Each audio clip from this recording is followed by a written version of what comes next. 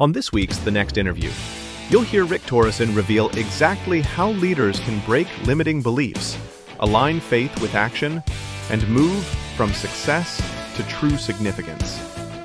If you've ever wondered why you hit the same walls, this conversation will show you how to break them for good. Great leaders don't guess where their systems break, they measure it. Grab the Empowerment Blueprint Toolkit to find your leadership blind spots and build real momentum. Download now at thenextinterview.com. Welcome to the Next Interview Show podcast. And as the announcer mentioned, as we were coming through the door, I'm Doland White. I am the host. And I am always blessed to have great guests and great conversations on the podcast. I'm excited for the conversation today with Rick Torrison. And we're going to spend some time, taking apart. We're going to talk about mindset. Matter of fact, we already had a pre-podcast getting to this point about what it is that we're gonna do today. So Rick. First thing is, I want to just start with a little gratitude. There's 1,000 other places you could be. There's a lot of things that you're doing and working on, and you're going to spend half hour, 40 minutes with me to help pursue my mission. So I just want to tell you, thank you for taking that time and for being willing to commit to the time to this conversation. So thanks for doing it. Thank you, Dolan. And so if we're starting with gratitude, I'm going to jump in and say, so people are going to listen and go, man, they're just mushy back and forth. Like I've already figured that we have aligned already. Like we would be having this conversation, whether we were on a podcast or not. I can sit down in Hermosa Beach, grabbing a cup of coffee, looking at the sunset and just have a conversation. So the rest of you that are watching and listening, hey, enjoy our conversation while we imagine ourselves on the beach, just living life together. But let me start with gratitude for you. So thank you for creating a podcast that's all about the guest, right? That has the purpose of existing to lift up, edify, and share the message of those people who, and we all know there's so many amazing people out there that have a message, but it doesn't matter how good the message is or hears it, and so creating space for someone like me and others to have this opportunity. So I'm grateful for you. I'm grateful to be here, and I'm ready to have a great conversation. Cool. This will be a lot of fun. So and thank you so much for that. So for the folks, this is their first time to meet you and to kind of be exposed to who you are and how you got here. I'd love to just take a couple of minutes and hand the mic to you and just let's talk a little bit about your journey, your life, and then kind of where you are, and then we'll get into it from there. Man, that's a scary thing, Dolan. I know you know what you're doing and you're a professional, but I got to tell you, there was a time in my life where I was a preacher and church planter for about 15 years. Oh, and boy. Let me tell you, you don't hand a preacher a mic and say, hey, I'm going to give you the mic. Hey. And so, right there, hey, everybody that's listening, sorry, but not sorry. This is just what you're going to get. So, the Cliff Notes. Man, I am, and this is with sincerity, not just a thought, is I'm really blessed. I'm really at a place in my life that we have intentionally planned to be. A lot of people, we live our lives typically by accident and default, right? We're just living our lives. Sure. Life is just hitting, man, and we're just going. And there was a point where I realized I didn't want to do that anymore. And that I wanted, and I think for all of you, wherever you are in your age, if you're in your 20s, you got one question going on. If 30s, there's another one, 40s, there's another one, 50s. Yeah. Well, I'm in my 60s, right? And so there are some questions that started to change as I got older about life and impact and legacy and does it matter? And was there value? And, all those things that mess in the side of us, right? That we start toying with that I don't ask younger. And so as I was getting older, my wife and I, we're looking at our lives and the things we've done, I started asking different questions about how to finish well, right? It's one thing to start running. We don't think about finishing, but when you're in your 60s, you know this, Doland. I mean, I'm not going to tattletale on your age, but you look, my age or younger, but we're older, we're more mature. And I don't know about you, but the question I'm asking is how can I finish well? Right. And so I share the end because to do that, I had to really reflect on the journey and understand who I am, where I've come from, what have I learned, what is most valuable to me, and what do I have to offer the world around me, people in the world around me at this point. So I don't know, sometimes I say that and it's like, oh, that sounds really pie in the sky, but it's really where I'm at in my life right now. And so I say that I'm blessed, and it's not been without challenges, but I'm blessed to be where I am, married 34 years to an amazing woman, 2 amazing adopted children from birth who have gone through their own stories. In fact, they've helped me write my story, and they've helped me understand who I am and in my own journey. But, I started this whole thing. So my message, just so you guys know that are listening, my whole heart and message is this understanding that I believe everyone was born limitless. I believe that everyone was created for more. What I mean by that is not stuff and things, but influence and impact, a future and a hope. Yeah. And I believe that when I look at every human, that's what I see. It doesn't matter what they see or what's going on, but because of who I am and the faith that is inside of me, I see the world and people with the hidden potential that resides in them. And for so many of us, because our life has been through accident and default, not intention and design, we end up waking up one day going, man, where am I? What am I doing? And what's it all about? Right. And then we settle in and we say, hey, this life I'm living is normal. This is just how my life is. And what I've realized for many of us, we have, through our experiences of our lives, have these limiting beliefs that we've carried over our lives. Those limiting beliefs have created ceilings that have caused us to settle for something less than what I believe we were born and created for. But we've lived with those limiting beliefs in our life for so long that we've called them normal. Right. This is just normal. We don't even realize that there's a ceiling that we're dealing with. And so we are actually not living into the fullness in certain areas of our lives that we were born and created for. And so when I look at people, because this was my story, I was living under some limiting beliefs that were crushing me, and I didn't know it. And they jeopardized the marriage to my wife. I sabotaged that the day that I proposed. I actually sabotaged it in the same breath. I was going to propose, and in the process of getting ready to propose, I actually made her so mad that she was ready to dump me. She would, in her mind, I am done with him. And I realized what had happened in that moment. And I was like, why am I doing this? I want to spend the rest of my life with her. Yeah. Why did I just sabotage this thing and get her so mad at me? And I did it. I intentionally did that without intentionally thinking about it. And so in my own reflection, realizing I'm about to get thrown to the curb here, and that's not what I want. And so in my own reflection, I realized as I'm thinking through this, I was like, man, I've got a wake of these kind of relationships in my life. I can look back and see where I have just done this over and over and over. And I get to this point of like really about to hit it, and I run or I leave or whatever it is. And I was like, man, what is the cause? What is going on? What is it that I believe about myself that's causing me to stop short? And it really frustrated me. Yeah. So again, if I go back to a little bit of my story, if I go back and I started looking, what is this belief that I have that's driving my behaviors? I'm going to give you a framework real quick, if it's okay, Dolan. So the framework, please. Yeah, we'd love to. In my Born Limitless book and in my coach, so I do personal coaching and help people with their mindset, beliefs, break through limiting beliefs to limitless ones. So that's just who I am, what I love to do. But what I learned is, and this is a truth, it's not about good or bad. Every belief that we have, every single belief, drives behaviors. We don't act in a way contrary to what we believe. Yeah. So all of our behaviors, they have to ultimately align and agree with what we believe. We don't do it consciously, but it's just true. Now I can will myself to act in a way different than what I believe, but I can't sustain it. Right. Because when life happens and I get punched in the gut, I go back to what I know and believe. So my beliefs drive my behaviors. My behaviors lead to my outcomes, the fruit of my life, good or bad, the results that happen in my life. Right.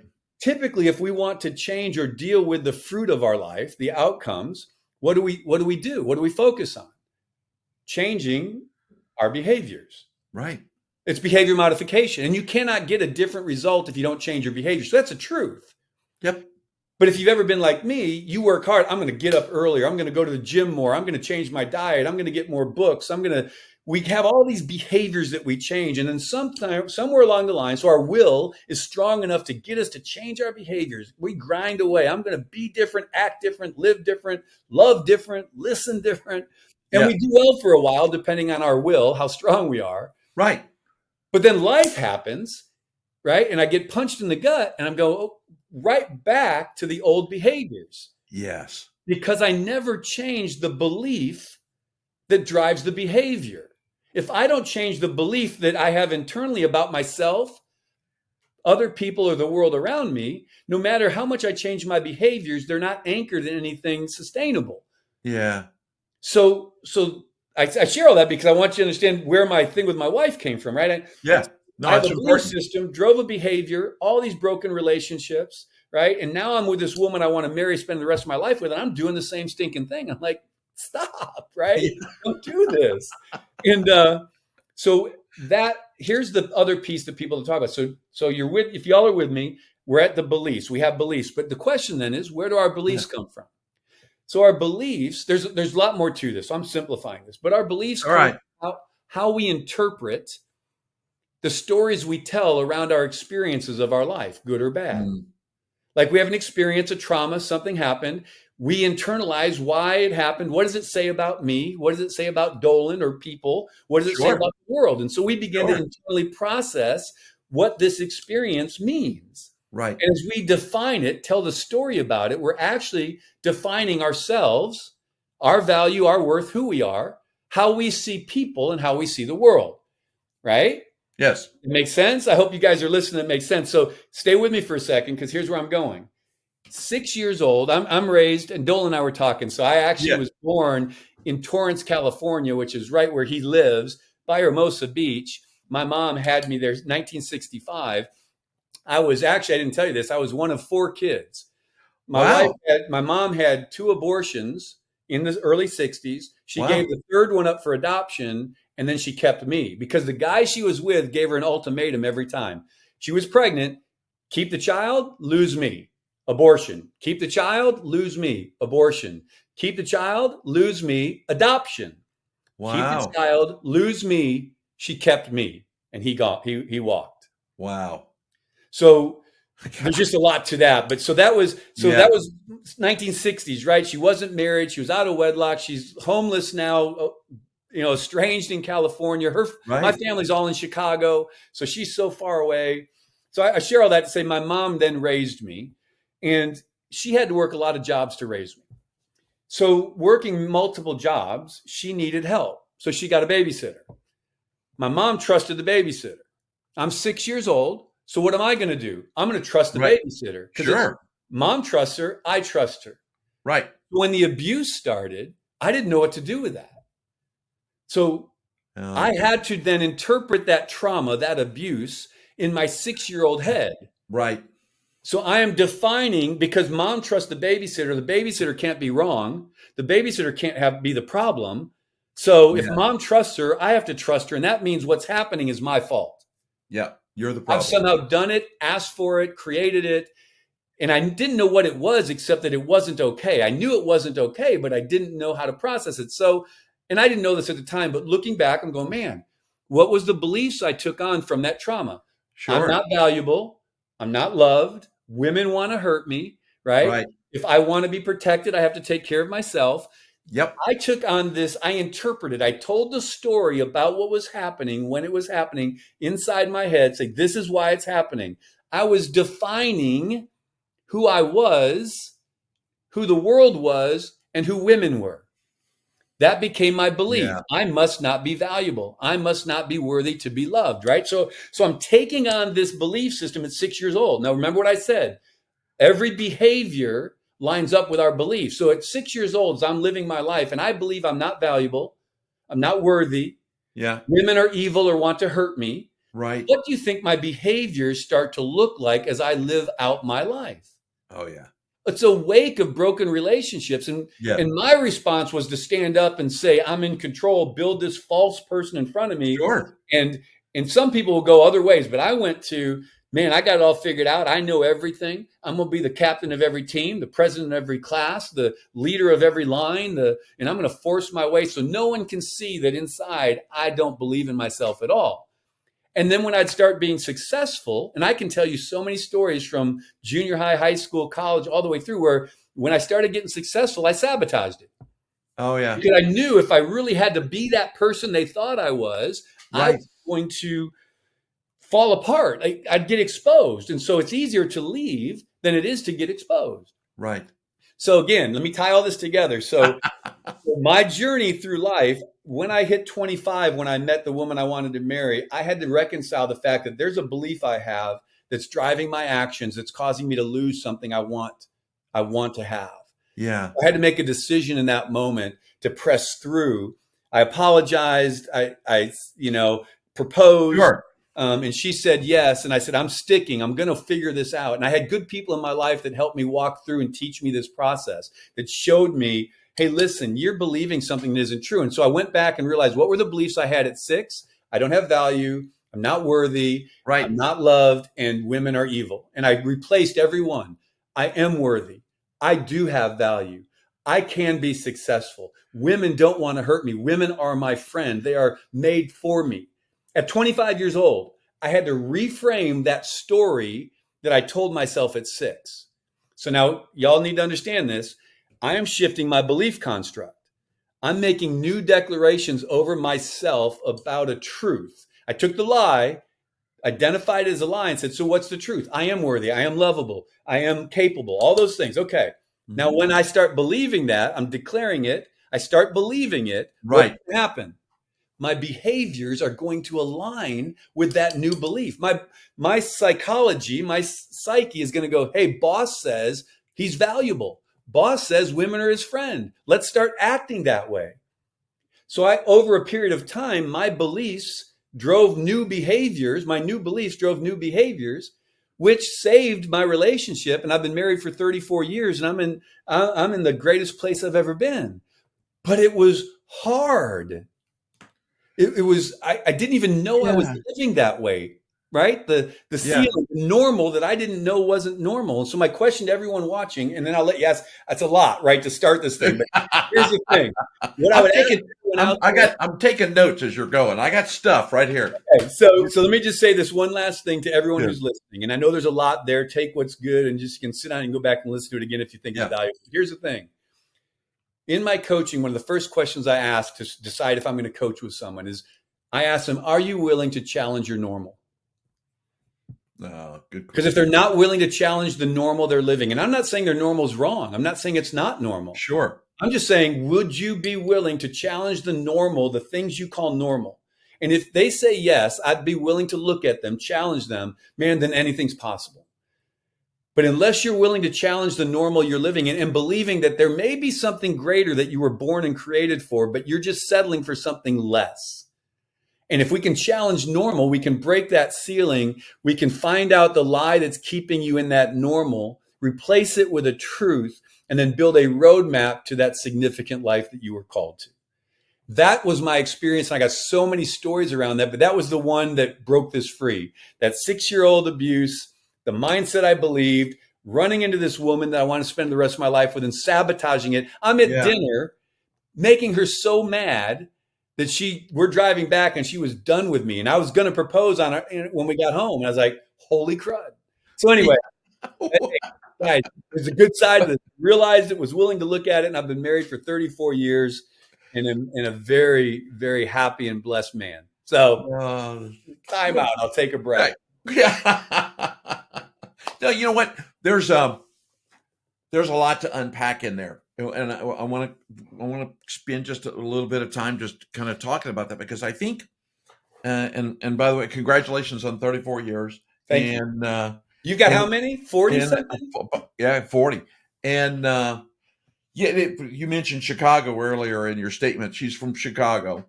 From a part of Chicago. She's not. I grew up there. She was from Houston. That's a whole nother story. How I met her and got to Houston. There you go. So my wife is originally from Chicago. Oh, okay. From Al Capone's neighborhood. So I have a mix of love, respect, and fear. I kind of got the whole. She's Irish Italian. Smart man. Oh yeah, it's just kind of all those things go together and. I remind my sons every Saturday, I put my key in the front door and I turn it. And if it goes, it's another good week. You earned another week of life. Yeah, exactly. Earn my week every week.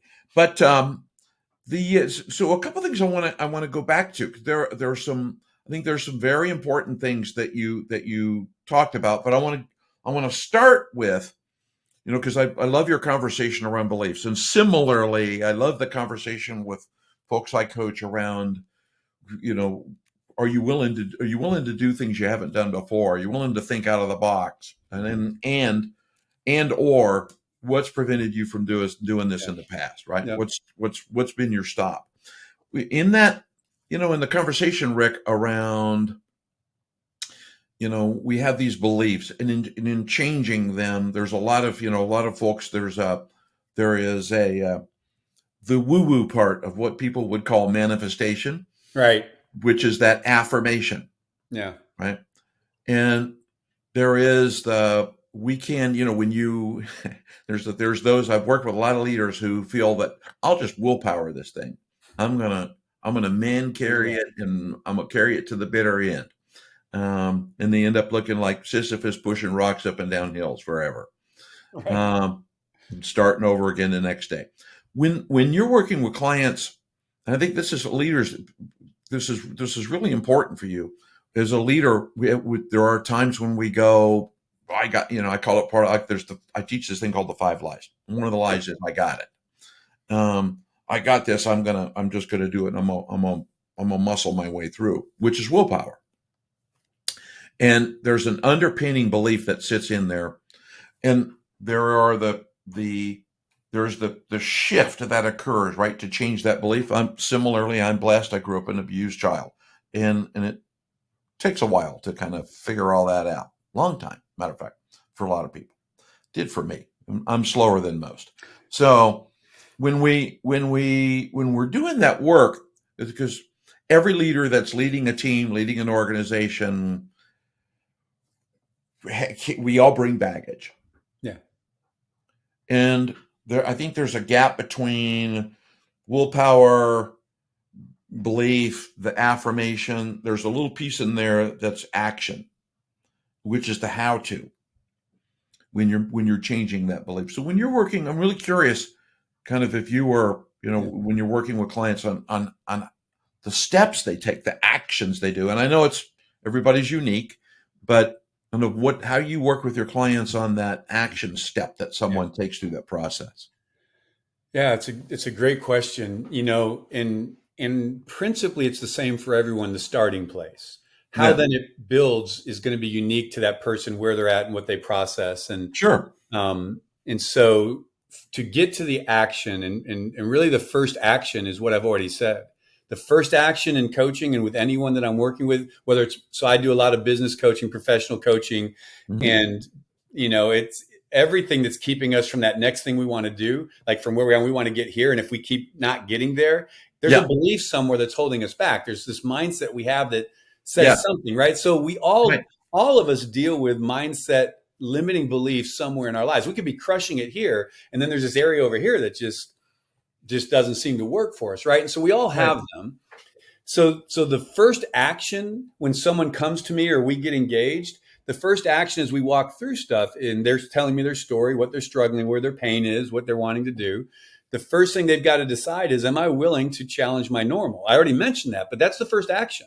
Your action is, are you willing to examine the things that you're calling normal and challenge them that they may not be normal? So there's an action there. You've got to willfully say, I am willing to let you press this in a safe way to see if this thing I believe is actually the truth or not.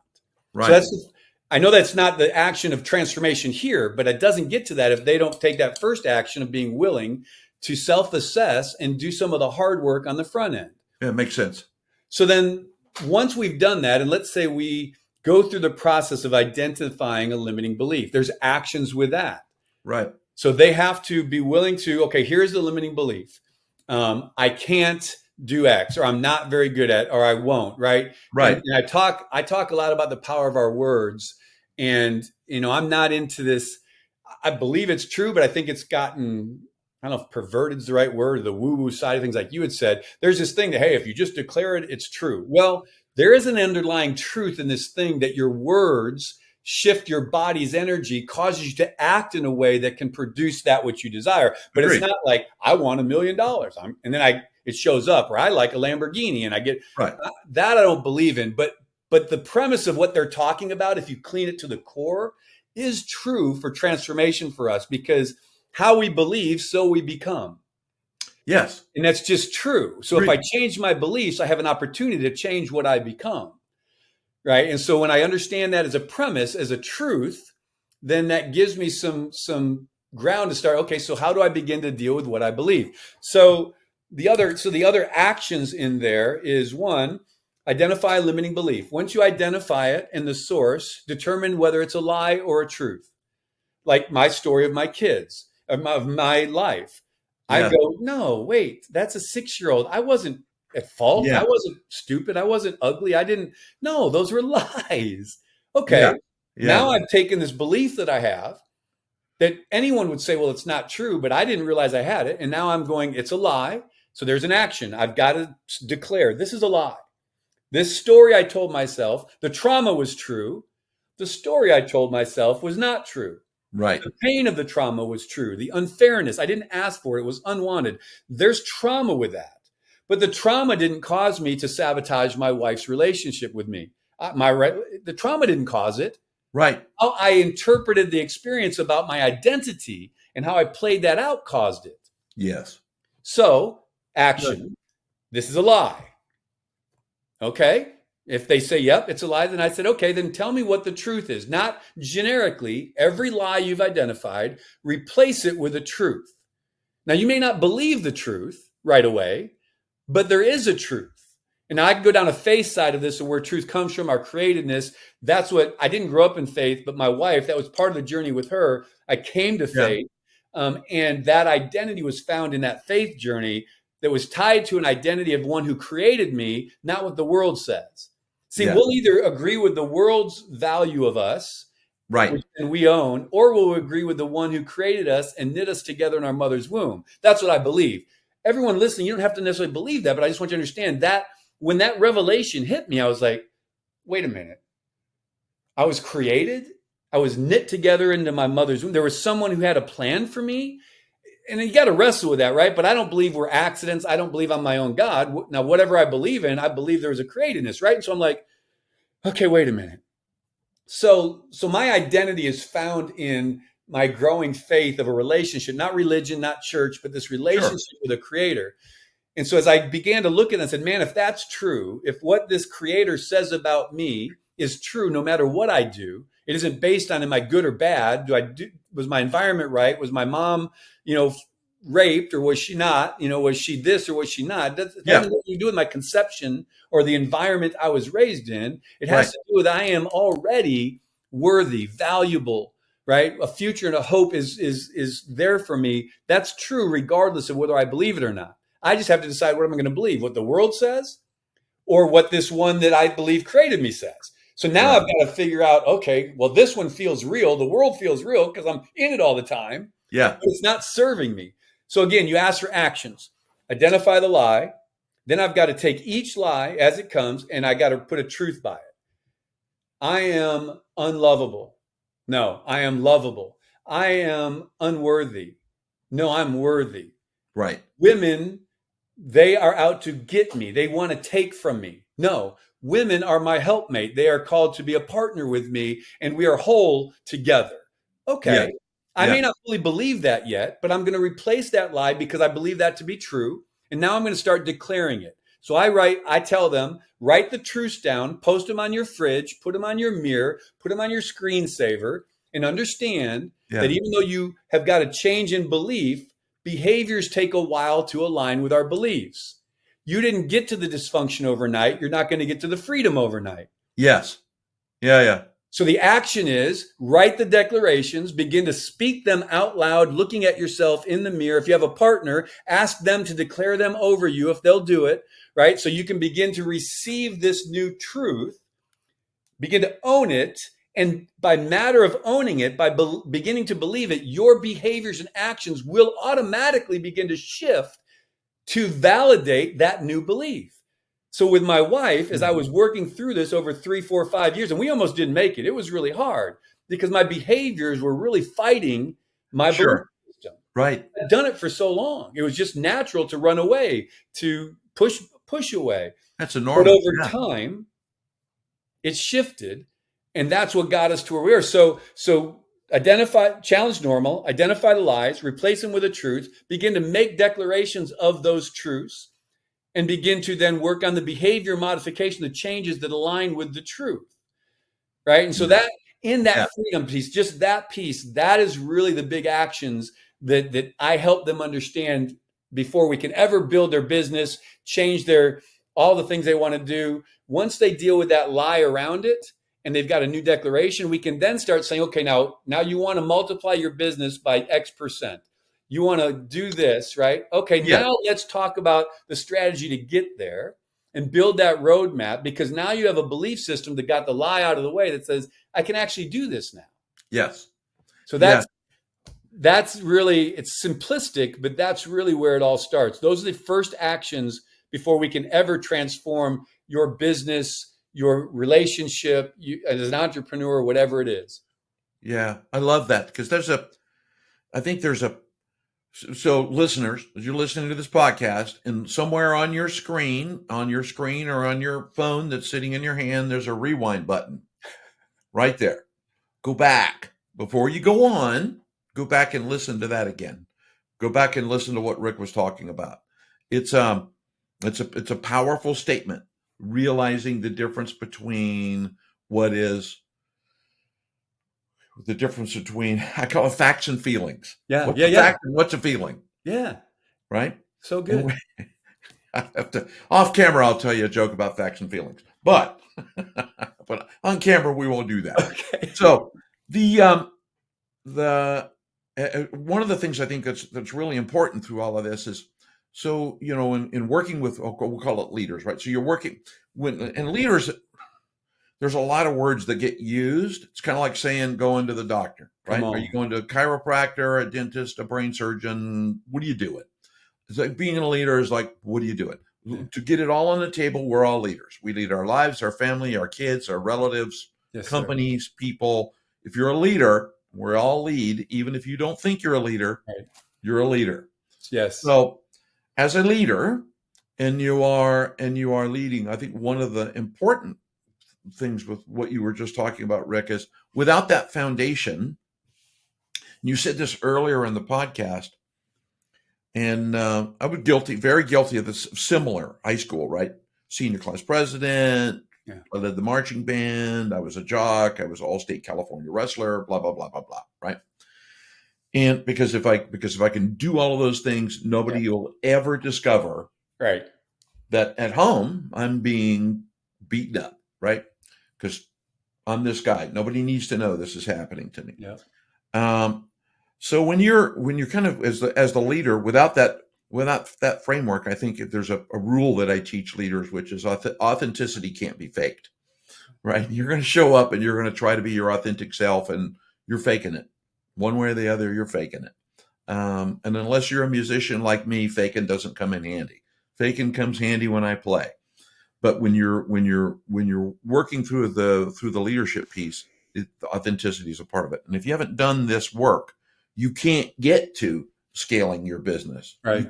We talked about this a little earlier, and maybe we take a minute or two and talk about your experiences with this. Because I think what we see happen is we see a spike where there's a scale that goes up. If it's to generate revenue or increase your profits or reduce your expenses, there's an uptick, but it doesn't sustain, which becomes a symptom in and unto itself that work hasn't been done. So when you're working with your clients, kind of as they head into that, right? I love your comment around, until that work is done, you can't come back really and build a sustainable strategy. I think a lot of leaders get hung up on the do. Yeah. I'm here to do, right? I'm hired to do. And if I'm not doing, I'm going to get terminated. Yeah. Or they're going to find another leader, or my people are going to quit, or. So how do you, that's another part of the mindset shift, right? Because there's a desire for velocity there. Yeah. How do you help them kind of through that? Yeah. Maybe it's a question. Yeah, another great question, right? I mean, the process is, there's a lie that we believe in there, that more is better, that bigger is better, that productivity equals success, that checking the boxes says I'm a leader, right? And so we've been ingrained with that. We've been taught that. Business teaches us that the definition of a leader is reaching goals and objectives and, all that stuff, right? And those things are true, but they're not the tip of the spear, right? And so in that process, we end up valuing the work instead of valuing the human, right? And the work is now the definition of our value, not the value. And if no one is ever going to, I don't know who said this, and you've heard this. This is not from me. I don't want to claim it, but I love the statement. It might have been John Maxwell. No one is going to value us greater than the value we put on ourselves, right? And the other thing we know is you can't give what you don't have. So we can go work, do, be, but we'll hit plateaus. And unless we do the work here, we can't break through, and we come back down and we go back up, right? And we're focusing on the externals, but we've never dealt with the internal. Transformation and leadership is first personal before it's corporate. You cannot bring transformation fully and sustainably, truly to an organization, a family, a relationship, if you haven't done the work of transformation of the human, of the person here. And this is what we don't want to deal with. And it's hard to measure because I don't see immediate ROI on time I spend here. And I'm being measured by the ROI out here. Right. Yeah. But when people take time to reflect and go, okay, how am I doing here has everything to do with how successful I'll be out here. Yeah. Right. And so, when we get burned out, frustrated, tired, overwhelmed, all the things because we're grinding and working hard and we've hit a plateau of success and people see us as because we've gotten the promotions, but it's because our will is strong and we know how to grind and we know how to show up and we've got a good work ethic. But somewhere along the line, if we've never done the work in here, we hit a wall. And we lose our marriage and we lose our kids and we start drinking and we get frustrated and we don't realize what the problem is, and so all this time is grinding with the external without growing on the internal. Yeah. Love that. So I think that's, and here you talk about leadership. This is one of my key things that I talk about. If you Google the word leadership, I don't know if you've ever Googled it. Yeah. 6 billion hits on the word leadership. Yes. All your listeners, go in Google, put in the word leadership and look at the number of things. There's like 6 billion. This is the most confusing and talked about word in existence. Yes. When it's not understood, defined, or shared, and it doesn't be universal, but for you or your team, then you're all chasing a different understanding of it, ending up in different places. Right. And leadership is not first the outcomes. It's not the position, the title, or the paycheck, or how many people follow you. There's leadership there, but that's not the first thing. Right. The first thing about leadership is our ability to influence and impact the people and world around us. Leadership's neutral. It's not positive or negative. Adolf Hitler was a tremendous leader because he influenced and impacted and moved people towards horrific things. Yes. Right. And so if we don't take time to understand what leadership means to us, that it's more about how we influence and impact people, then the question I ask people is, okay, if you believe leadership, Maxwell says leadership is influence, right? So if we say leadership is influence and impact, then the question I ask them is, how are you leading? What kind of influence and impact are you having? Is it the kind you want? And if you don't know, look at the world around you and how are people responding to you? What does that look like? Yeah. Right? And so again, it goes back to internal before the external, personal before corporate. And when people get that and they spend the time there, they far exceed what they ever thought they could do because they're investing in the most valuable thing they have, and that's themselves. There is no greater thing that should be valued. And people, well, that's selfish. No. It's not selfish. You can't give what you don't have. Value this, serve this, grow this. And I'm not talking in a selfish way. I'm talking about in a way that says, I am important. My rest is important. My peace is important. My education is important. Yeah, it's funny. I think a lot of, and that gets lost on a lot of leaders. It becomes, when I work with folks, I talk about 3 layers, right? Do, manage, and lead. And there's a rule for all 3 of those things. They're all going to occur. And when the definition, part of the definition of leadership that I use is co-creating coordinated movement, right? Influencing others to co-create coordinated movement. I'm so good. I love that. So I'll send it to you. So, but influencing others to co-create coordinated movement. I could take credit for it, but it's co-developed with a guy named Blaine Bartlett. But just to put the credit where it belongs, since we talked about Mr. Maxwell. Yeah. But I think one of the things that happens out there is there is that misnomer around the word leader, and it gets hung up in that do manage layer in there, because there will be pressures, and whether you're leading a business, a family, whatever, there will be pressures. But kind of going back all the way back to the beginning of the podcast, and those pressures fundamentally we could frame those as in a punch in the gut, right? Mm-hmm. Here are the things that we got to go deal with, and it's going to be part of who we are. There's an adage I teach my clients all the time: the more detailed, the more time I'm going to spend working on the tactics of the strategy and putting it on paper, the more God is going to laugh at me. Because it ain't going to go that way. It may go close, but it's not going to go that way. Wow. So how you manage, how you understand yourself through that leadership, through the things that we're talking about, your mindset, your leadership, and you're not just trying to pick up the weights and push that rock up the hill every day. Rather than ramble, kind of where I was heading with all of that is, I think there's a piece in there, Rick, that would be worth exploring, and we'll just take a couple more minutes, and then we'll wrap up the podcast, because I've committed to the fact that it's not 30 minutes. We're going to be way past that point, and we could keep going. But a couple things. The first thing is when as leaders are doing that, right, and as the team leaders are the original Gaelic term for leader is leadar, which means to follow, right?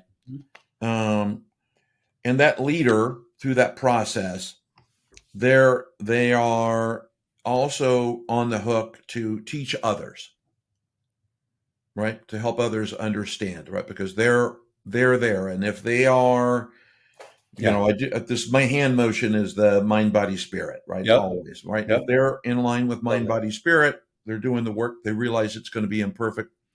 How do you help them kind of transition that now because once that work is done with you and you move to the strategy and the 100%. Vision and the worthy ideal, there are now there's others. So how do you as the leader bring them along in that process? That's an awesome question. It's an awesome question, because and I see things kind of holistically and bigger than the objective of the job, the outcome of growing the business and all that. Yeah. It's the conversation that ultimately happens with people, depending on how old they are, where they are in the business cycle in their world. Sure. It's the difference between living a successful life and a significant life. Yeah. So how do I do that? I help them explore legacy, maybe to use that word. Sure. Because when they start seeing the impact of their life beyond the tangible outcomes, which are important, the money that's take care of our family, the things we want to do, I am not diminishing, man, go make as much money as you have the ability to make. Be as successful in your career and job as you can be. Put in the time and the work and the education. Get the coaches and get the training and go kill your job. Just whatever it is, whether you have your own company, you work for someone, be the best human you can be. Do the best you can. And that's awesome. Yeah. But the reality is the benefit of what we get from those things, the home, the car, the fan, all that. Right. One day it's all gone. It's just gone. Doesn't matter how much money we make. Doesn't matter how many homes we have or cars we have. It's gone. But that's a mark of success. And I think we should all pursue being successful.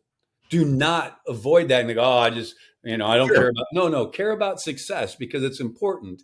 But I think what we should ultimately desire and live towards is significance. See, success dies when we die. Significance is the ripple of that pebble in the pond that keeps making impact in the lives of the people and world around us after we're gone. It's the eulogy. It's when you're done and and I have people write a eulogy early on. Because what I want them to do is we're building towards their objective, to double income, to grow their business, to build a team, whatever that is. Sure. Part of the conversation there is, and then what? What's that unto? Right? So you achieve that. Is that Right. it? Is that the top of the mountain? And they're like, well, what do you mean? I said, well, let's get that. And then when you're there, what's next? Well, I'll grow again. So, okay. And then what's next? And what happened when you can't grow anymore? This changes. So Right. I'm wrestling Yes. with them to understand Yeah. the value of their life beyond what they do. The Yeah. idea of we're being created for more, not stuff and things, but influence and impact. And so now I start, as we get older, as you and I got older, we started asking different questions. Remember what we said early on? It's like, Yes. what's the significance of my life? What's going to be remembered? What's the impact I'll have on people? And so I had people write a eulogy and begin to think about, what is it you want people to say about your life when you're gone? Or your kids, when someone asks your kids that they don't know you, and I ask your kids, I say, man, I just met your dad. I met Doland, your dad, just a little bit. I didn't know him really well. Right. But I heard good things. And do you have sons, daughters? What do you have? 5 sons. So give me one son's name. William. So I'm talking to William. I say, William, hey, tell me about your dad, man. I've heard good things. Yeah. Doland, what do you want him to say? Hey, my dad, man, he was awesome. We had this great home. We went on these great vacations. Man, you should have seen the car he drove. He wrote these books. Man, he had this podcast where he talked to thousands of people all the time. And it was just awesome. Well, that's cool. Or do you want him to say, man, my dad, and he really marked me. He taught me that being a man is more, not so much what I can do, but how I can show up. Man, my dad really helped me understand that no matter how many times you get knocked down, you keep getting up because that's who you are. My dad now you're talking, now the tears are coming, right? Now it's like, okay, he got it. Right. And so if we don't ask that question early on, we're going to get to 60, 70, 80 years old and going, what have I left? What have I done? And so again, long story, but answer your question is I help people move from pursuing success to actually pursuing a life of significance. And that's that legacy that will live beyond their lives. And maybe it's just to 10 people, but maybe one of those 10 reaches 10 million. Yeah. Love that. I just love that. I love that conversation around the success and significance, Rick, because it is that. And, I've said this on podcasts frequently. At 72, when I look at my stage of my life, it is about significance. Come on. It is about significance. I got the successes. Yeah. Some things blew up. Yeah. Do it. Yeah. That's all part of it. But it is about the significance. It is about what lives on beyond me that changes people, changes lives. That's hence that other big word. There's 3 words: empower, trust, and leader. They're all, it's like, come on, guys, let's put some bumper rails up here. So as we, I'll formally pronounce it. We're going to head towards the end. Come on. Of our conversation. I got it. We could go on. We could go on for quite a while. I want to just talk a little bit about one of the things that I've really loved about this conversation is when you're working with your clients, the spirit that you're bringing to it is that you're serving them with a purpose. Mm-hmm. And that's a differentiator. That's a big thing. There's a lot of folks that consult. I'm sure you probably get pinged by lots of people who say, hey, I've looked at your LinkedIn profile and I can help you solve your business problems in 3 easy steps. Yeah. Right. And serving with purpose means you're serving people, you're serving the human, you're serving at greater depth rather than we can come teach vision, strategy, tactics all day long because there's fundamental rules on that. There's a bunch of things we can come in and go, here's the 6 things you need to do to get profitable. Let's talk about people, controlling expenses, blah, blah, blah, blah, blah. But when you're serving with purpose and serving at a deeper layer, I'm really kind of focus in on you. There's a couple things we talked about, before we go on the podcast on things that you're doing now in order to further that in kind of multiple formats. There's your book. I have the title on my screen, so I'm going to look away. It's right here on my screen. It's Born Limitless, Crushing Limiting Beliefs, Cultivate an Infinite Mindset, and Unleash Your True Potential. Other than it's over your right shoulder right there. There it is. Or there it is. And I will encourage it, by the way, and listeners, go get the book. The link will be in the podcast. Thank you. I'll include something in there. Please do go pick up a copy of the book. it's critically important. Again, we'll digress before I close this out. Stay in the study. Staying in the study means that we're reading different kinds of content with different intentions. This morning, my study was Thomas Troward and the Spirit of Opulence. So find ways to stay in the study. Stay in the study. So as you're working with clients, let's talk about platforms. My mission is to empower 1 million leaders. I use multiple platforms to do that. And kind of what you do. I know you mentioned coaching one-on-one, coaching one-to-many. You're launching an app. Let's put a little context around that, and then I want listeners to come find you. I'll empower all that too in the show notes. I appreciate that, Dolan. Thank you. I'm in an interesting place in my life. Again, you can't get some things apart from time.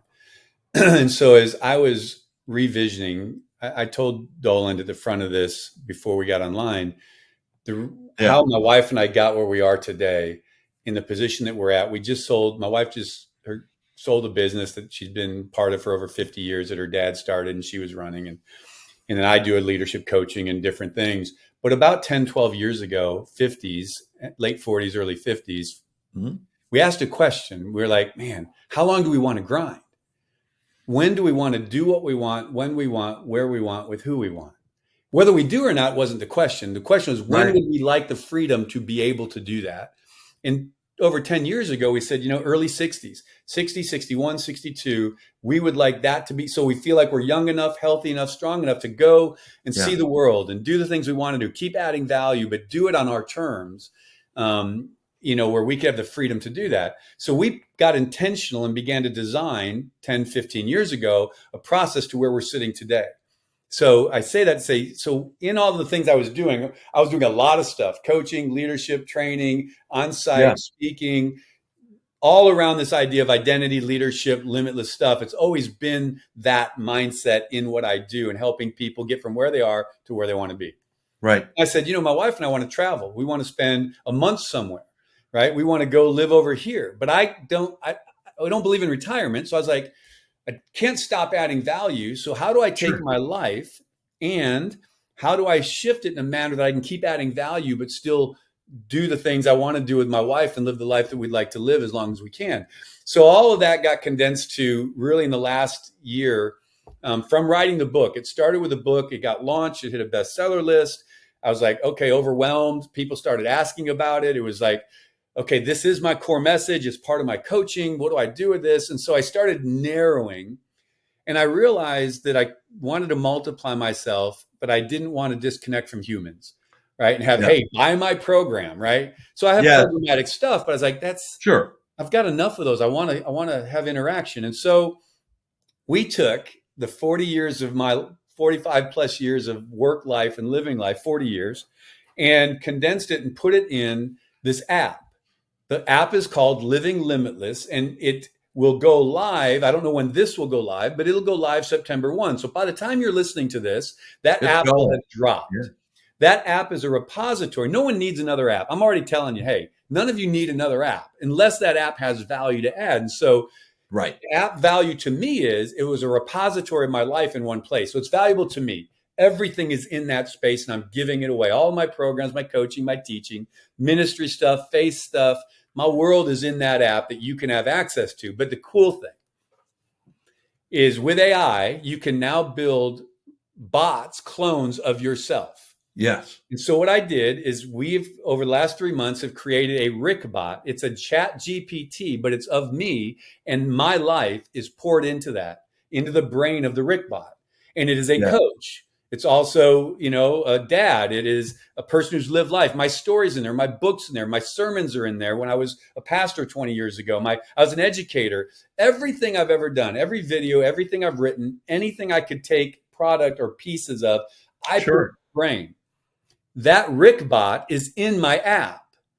And so I've been piloting it with people, my kids, and you can ask it hey, I'm trying to build my team and I'm struggling with communication and getting everyone on the same page. Yeah. I've worked on that for 20 years, right? You're going to get my answer. Hey, I hear you. Here's some things you can think about. Here's questions to ask. here's 4 things, and then here's a challenge of what you should do.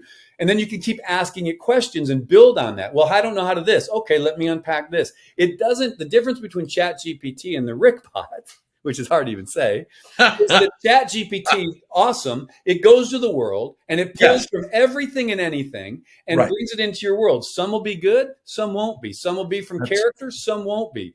You're going to get this repository of a lot of stuff, and it's really cool.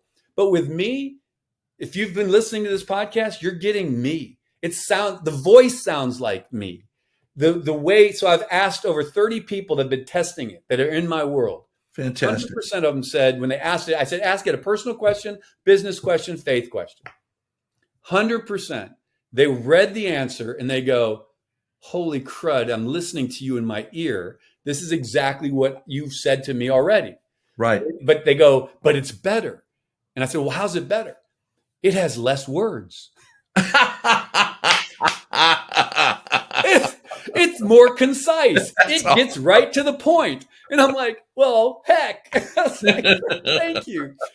Right? Because I have a lot of words. And I get there, but I do it in 30 minutes that my bot does it in 5 minutes. So they're like, this is so much better. Oh, I love that. So anyways, what I would say that's to so people true. So true. I have, it's dropping in a week. So Instagram is, all my stuff is Rick Torrison. Instagram, YouTube, we're redoing all my platforms around calling people to community. So you'll get a daily mindset motivation that comes to your box. It's a video, 60-second video, a declaration. Hey, I am positive. I am powerful today. It's every day you're going to get a declaration, a short video, and some action items that just post to your box every day as part of the app if you subscribe. Then you're going to get access to my Rickbot 24/7 in your hand. Midnight, you can go and say, hey, pizza, I don't want pepperoni or sausage. It's going to give you my answer, okay? There you go. It's crazy. And then I have a Living Limitless community I've been building for 2 years. There's about 2,000 people in it. About fantastic. 5-6% are active in that community, but we are shifting that, and we're going to build this private, limitless community of people just like you and I who are living life together. And I'm going to live in that space. I already do, but I'm going to live in that private community on a regular basis, testing things, talking about coaching in that community. Good. We're going to have this private living community where we can do things and engage with me. So those are the 3 cool things about the app. And then my whole life is in there. My 5-day stuff, my 30-day stuff, everything's in there. So I'm encouraging people, download and subscribe to the Living Limitless app. It's on Google platform, app platform, all that. My book, what you said, I would love for you to get that. That's an entryway into my world. But really they tell you, hey, give them one call to action. Don't confuse them. My one call to action, Living Limitless. There'll be other stuff I'm sure in the show notes that you can have access to. Visit me in my Instagram, send me a note and I'll send you some stuff. But I would love for you to download my app, try my coaching bot, and let's get connected. I love that, Rick. I think it's being an ex-CEO of a very successful marketing company for a few years. I appreciate your comment around a call to action. And I violate that all the time. Oh man. Because it's like, I don't know, do these 6 things. I don't know. Whatever works for you. But I love that. For the listeners listening, in the show notes, I will include all of the links to the website, email, Amazon book, information about the app, because this will publish post the app. So I'll go pull the URLs for the app and make sure it's all in there. What's important? I'll go back to one statement. And in support of what Rick is talking about here is stay in the study. We stay in the study by not being alone. Yeah. We stay in the study by listening to other people. And that doesn't mean we take all of their ideas or all of the things they say go do. We find trusted partners. Rick, I would consider you a trusted partner. We find trusted partners to work with that we can listen to, learn from, and apply what they've learned to help us reach an outcome that we're moving towards. That's our goal, is to take one small confident step every day in pursuit of that worthy outcome. Small step, one small step. Doland, thank you. On that note, I'm going to close the podcast out with another gratitude. I've thoroughly enjoyed this conversation. This has been a really, really, really good conversation, especially to a gentleman in Houston who's originally from Torrance, and love your story, Rick. This has been good, and thank you for bringing value and your expertise to and some steps that people can. The intention for this season of the podcast is to move the podcast from entertainment to action. Good. Because it's one thing to listen, it's another thing to do something with it. So I will encourage my listeners, go take action with the steps, practice it. You're not going to get it right. Go do it anyway. Practice what Rick was talking about. I put up with focusing on what is not a fact. What is it that you believe? What is the truth about that? And then create that affirmation, move forward, and get his book and reach out to him. Yeah. I'm sure he'd be happy to help you figure that, break the code on that, and get his app. Just talk to his app. It's shorter, more concise anyway. There you go. Yeah, that's right. All right. This hour and a half can be done in 5 minutes, guys. No, exactly. What the hell? So on that note, I'm going to do the last two things I do in every podcast. The very first thing is, if you found this podcast even vaguely interesting, give it a like, subscribe, and more importantly, give it a comment on Apple or Spotify. Put a comment in somewhere. Has nothing to do with a vanity number. It has to do with how technology works. Those things help the podcast become more visible so people can see it, which serves the second thing I'm going to tell you, which is if you know one or two leaders who can learn something, apply something, and they weren't here to hear the podcast, share the podcast with them. We are all on the hook to make each other better leaders, better husbands, fathers, spouses, friends. That's our role in life. That's our significance. So share that podcast and give this message out to everybody else. And on that final note, thanks for being here, Rick. And I will. My pleasure, Doland. I met a good friend. I'm excited to get to know you, and we'll stay connected, my friend. Thank you so much. We shall. I'll see everybody on the next episode. Thanks for being here. Thanks for tuning in to the next interview show.